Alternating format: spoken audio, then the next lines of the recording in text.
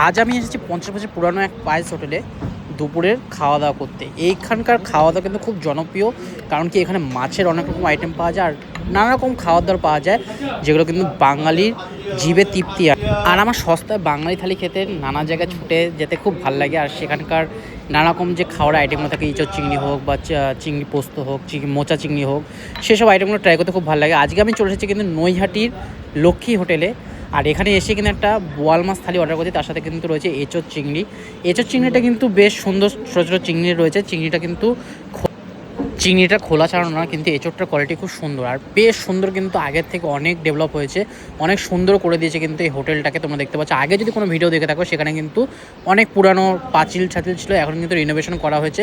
আর গলির মধ্যে মানে নৈহাটি স্টেশনে 1 নম্বর প্ল্যাটফর্ম থেকে বাইরে বেরোলে কিন্তু উল্টো দিকে মিষ্টি দোকানের পাশে একটা গলির ভেতরে কিন্তু এই পায়েস হোটেলটা রয়েছে। এর পাশেও আরেকটা হোটেল রয়েছে, ওইটাও একদিন খাবো। আর তবে এখানে আগে কিন্তু কলাপাতা থালার মধ্যে খেতে দেওয়া হতো, এখন কিন্তু কাগজের থালা দিয়েছে, যেহেতু কলাপাতা শেষ হয়ে গেছে। আমরাও এসেছি 3টের সময়, কারণ কি একটা নৈহাটির কাজে এসেছিলাম, সেই কাজটা কিন্তু পরে একটা ভিডিও তোমরা দেখতে পারবে।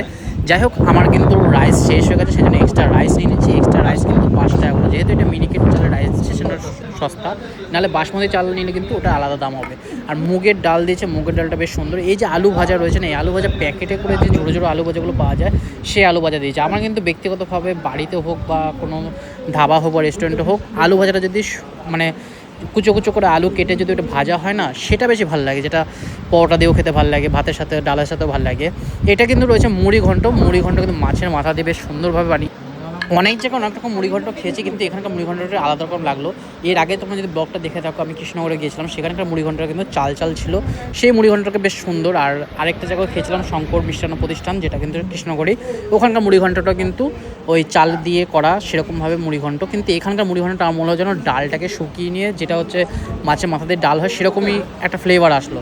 যাই হোক, আমার কিন্তু মুড়ি ঘন্টটা এমনিতে বেসিক্যালি ভালোই লাগলো, খারাপ। মুড়ি ঘন্টার কথা বলতে বলতে সব ভাতই শেষ হয়ে গেছে, সেজন্য আবার কিন্তু ভাত নিলাম। এই একটা বোয়াল মাছ হচ্ছে, সর্ষে বোয়াল। বোয়াল মাছের সাইজটা কিন্তু বেশ সুন্দর রয়েছে। আর 200 টাকা একটা থালি নিয়েছে বোয়াল মাছ দিয়ে। বোয়াল মাছ ও নিয়েছে, আমিও বোয়াল মাছই নিয়েছি। বোয়াল মাছটা বেশ সুন্দর। আর এখানে সব মাছ কিন্তু টাটকা মাছ পাবে। তোমরা কিন্তু খেতে হলে এখানে মাছের আইটেমগুলো ট্রাই করো। মাছের প্রচুর আইটেম রয়েছে এখানে, পমফ্রেট হোক, ভেটকি হোক, মানে চিতল হোক, সব রকম মাছ কিন্তু এখানে পাওয়া যায়। সেই জন্য আমি কিন্তু এই মাছটা ট্রাই করলাম। বেশ ভালো ভালো পায়েস হোটেলে কিন্তু এসে কিন্তু সুন্দর সুন্দর মাছের রান্নাগুলো খাচ্ছি, আর বেশ ভালো লাগছে। এই বোয়াল মাছের তরকারিটা বেশ সুন্দর করেছে, মানে সর্ষে দিয়ে। তো বাড়িতে করলেও বেশ ভালো লাগে, কিন্তু বোয়াল মাছ আমি সেরকম চিনি না, সেই জন্য বাজারে কিনতে পারি। তবে একদিন ইচ্ছা আছে বাজার থেকে বোয়াল মাছ আর চিতল মাছ এনে বাড়িতে বানিয়ে খাবো আর তোমাদের সাথে শেয়ার করব।